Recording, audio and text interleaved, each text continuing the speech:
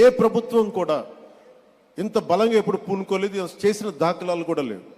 వ్యక్తులు చేస్తుండొచ్చేమో, కానీ దీనిని ఒక ప్రభుత్వం నుంచి ఇలాంటి పథకానికి శ్రీకారం చుట్టినందుకు మనస్ఫూర్తిగా శ్రీ గౌరవ ముఖ్యమంత్రి శ్రీ నారా చంద్రబాబు నాయుడు గారికి మనస్ఫూర్తిగా వారికి హ్యాట్స్ ఆఫ్ తెలియజేస్తాను. ఎందుకంటే 90స్లో అంటే ఒక నాయకుడు, ఒక పొలిటికల్ లీడర్ వచ్చే ఎన్నికల గురించి ఆలోచిస్తాడు, కానీ ఒక నాయకుడు, ఒక నిజమైన ఒక విజనరీ లీడరు వచ్చే తరం కోసం ఆలోచిస్తారు.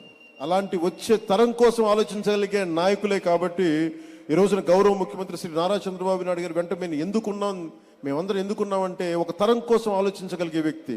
ఇప్పుడు ఒక తరం కాదు, 2-3 తరాల కోసం ఆలోచించే వ్యక్తిగా ఉన్నాం. అందుకని వేదిక పైన ఇక్కడున్న ఈ బంగారు కుటుంబం, ఈ పాలసీకి ఉన్న వాళ్ళందరూ చూడండి, చిన్నపిల్లలందరూ ఇంకా ఇంటర్ చదువుకుంటున్నారు. వీళ్ళందరికీ నాకు పరిస్థితి బాగలేదు కానీ నా బిడ్డల పరిస్థితి బాగుండాలని ఏ తండ్రికైనా ఏ తల్లికైనా ఉంటుంది. వారికి ఎలాంటి చేయూతనివ్వాలి, ఎలాంటి సలహాలు ఇవ్వాలి, కొన్నిసార్లు ఆర్థికంగా కావచ్చు, కొన్నిసార్లు ప్రత్యేకమైన పరిస్థితులు కావచ్చు, ఏమిస్తే బాగుంటుంది అనేది ఈ నలుగురు కలిసి మనకి అటు ప్రభుత్వం తరపు నుంచి, అటు ప్రైవేట్ రంగం నుంచి, అటు ప్రజలు కలిసి పనిచేయటం, ఇది చాలా చాలా ఒక గ్రేట్ ఇనిషియేటివ్ మనస్ఫూర్తిగా. అది